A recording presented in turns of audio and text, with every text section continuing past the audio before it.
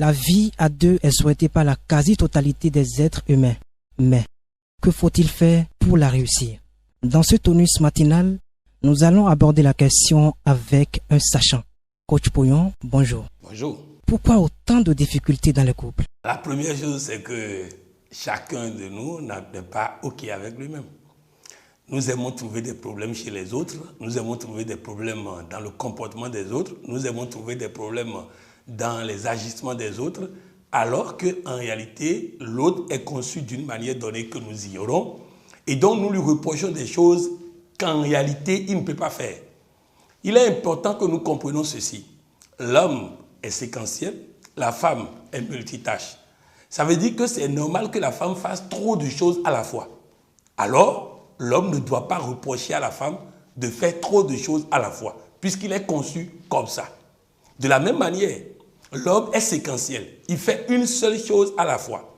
Exemple, lorsqu'un homme se lève pour aller dormir et qu'il voit une fourchette par terre quelque part, il va se plaindre du fait qu'on a déposé la fourchette là. Il va dire qu'on n'a pas le droit de mettre la fourchette là, mais il va traverser la fourchette et aller dormir. Simplement parce qu'il s'est levé pour aller dormir et non pour enlever la fourchette. Maintenant, madame lui reproche ça. Alors que non, il est séquentiel. Il fait une seule chose à la fois. Très souvent, quand l'homme est en train de travailler, vous allez constater que madame va lui proposer de l'eau, une boisson, du yaourt, des croissants. L'homme commence par s'énerver parce que madame est en train de mélanger deux choses. Pour le moment, il est occupé. Il est en train de travailler. Alors, on est en train de le déranger. Il risque de s'habiller et de sortir. Donc, c'est très important que nous comprenions que chacun doit respecter qui est l'autre. L'autre chose, c'est que si on n'est pas heureux avec soi-même, on ne peut pas être heureux avec l'autre. Très souvent, je reçois des gens en situation de coaching qui passent tout le temps à vouloir me démontrer que leur conjoint ne les respecte pas. Le problème, c'est que l'autre ne le fait pas dans l'intention d'un manque de respect. Mais l'autre, tellement orgueilleux, n'ayant pas fait son développement personnel, trouve dans tous les comportements de l'autre un manque de respect. Ça veut dire qu'il a un problème avec lui-même, mais il veut reprocher ce problème à l'autre. Donc, si je dois me résumer, l'homme et la femme sont différents les uns des autres. Et donc, nous devons étudier cette différence et fonctionner comme il faut. Mais le principal, c'est que si je ne fais pas mon développement personnel, si je ne développe pas mes compétences personnelles, au point d'être sûr de moi-même, au point d'être fier de moi-même, au point où quel que soit ce que l'autre dit, ça ne me froisse pas, ça ne me gêne pas. Je vous donne un exemple. Certaines personnes disent qu'ils sont courts. Qui leur a dit que court est un défaut? D'autres disent qu'ils sont gros. Qui leur a dit que gros est un défaut? En réalité, ce sont ces erreurs-là qui font que nous devons être fiers de nous-mêmes, quelle que soit la taille que nous avons, quelle que soit la corpulence que nous avons. J'ai une taille qui me rend heureux. J'ai une forme qui fait mon bonheur. J'ai un charme irrésistible. C'est très important que chacun soit fier de qui il est pour réussir son couple. Parlez-nous des secrets sur l'homme et sur la femme. Très bien. Vous prenez par exemple la femme. J'ai dit tout à l'heure qu'elle est multitâche, mais je vais aller plus loin. La femme est dialogue et compassion.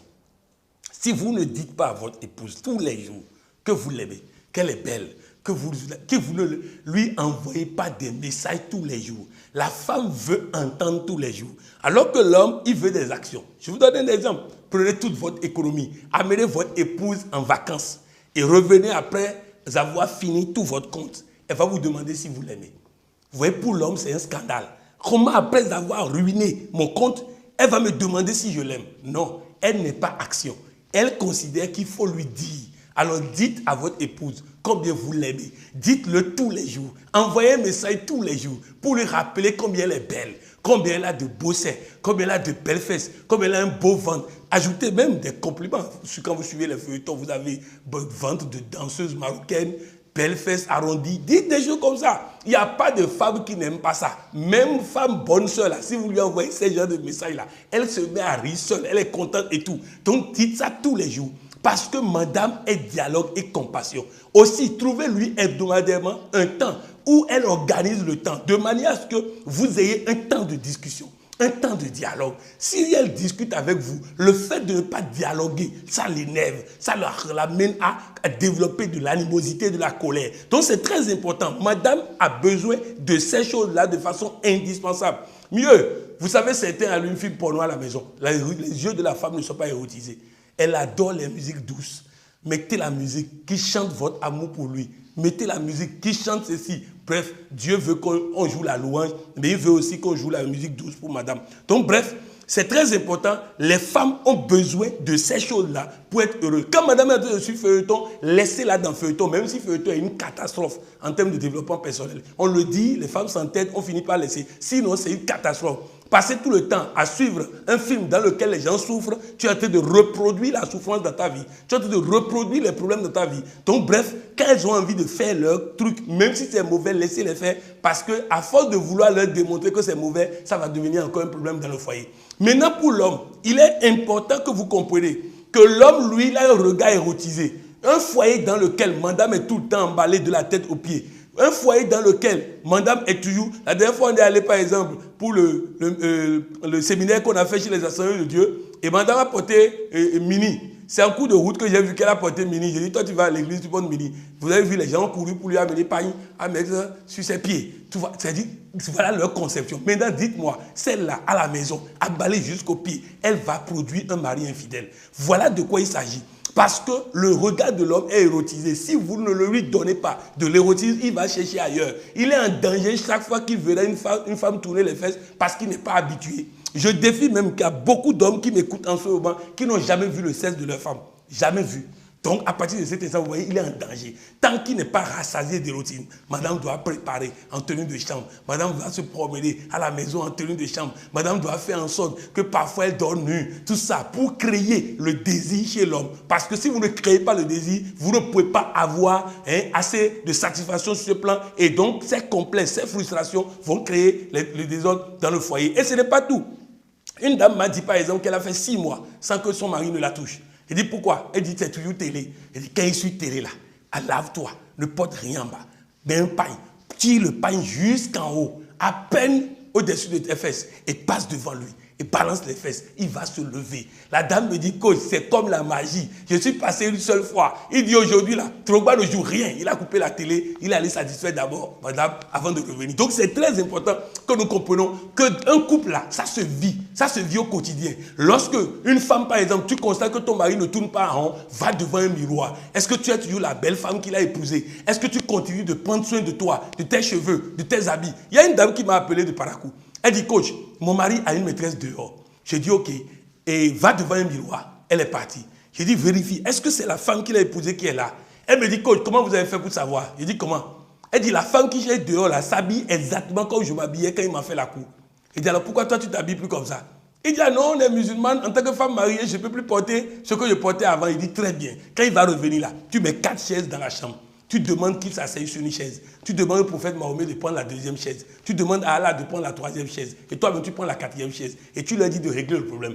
Soit ils vont faire, ton mari va être fidèle, ou bien ils vont t'autoriser à porter les tenues que ton mari aime. Voilà comment. Vous ne vous êtes pas mariés comme une fin. C'est le début d'un processus de découverte de soi, de conciliation des humeurs et tout ça. Donc faites en sorte que votre mari ait tout le temps envie de vous et faites en sorte que votre femme ait tout le temps envie de vous et vous allez faire un beau couple.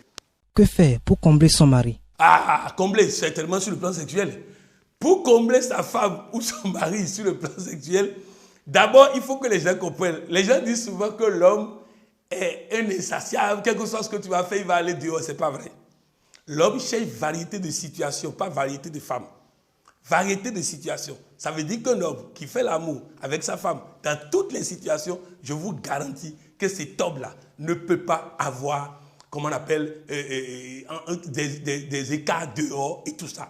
Il faut varier les situations sexuelles. Sur le lit, sous le lit, par terre, à la cuisine, au salon, au balcon et tout ça. Je vais vous dire quelque chose, ça va choquer les trop religieux, trop borné là, mais c'est important de dire pour que les gens comprennent. Nous avons fait un séminaire à Béné Marina Hotel. Il y a une dame de 62 ans qui a pris la parole. Elle dit que Dieu va vous bénir. Je vois maintenant pourquoi mon couple a duré jusque-là. Je dis comment? Elle dit, quand les soirs, je sors avec mon mari, 62 ans, je sors avec mon mari, qui a près de 70 ans, moi j'ai 62 ans. On te tient par la main, on marche. Quand ça nous prend un coup de route, on cherche un coin, on fait rapidement, et puis on continue. Elle dit, quand on fait dehors là, c'est bon.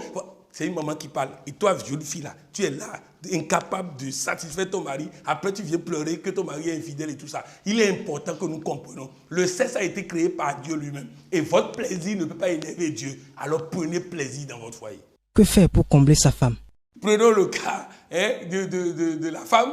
Il faut aussi faire en sorte que les hommes aussi comprennent une chose. Par exemple, là, tu peux même ne pas lui faire l'amour tout le temps, mais il faut faire en sorte qu'elle soit heureuse. Quand tu es quelque part, envoie-lui un message. Rappelle-lui la position que vous avez occupée hier. Rappelle-lui comment tu as aimé ceci et tout ça. Elle vit ça. Elle vit ça. Quand elle entend ça, son corps vibre.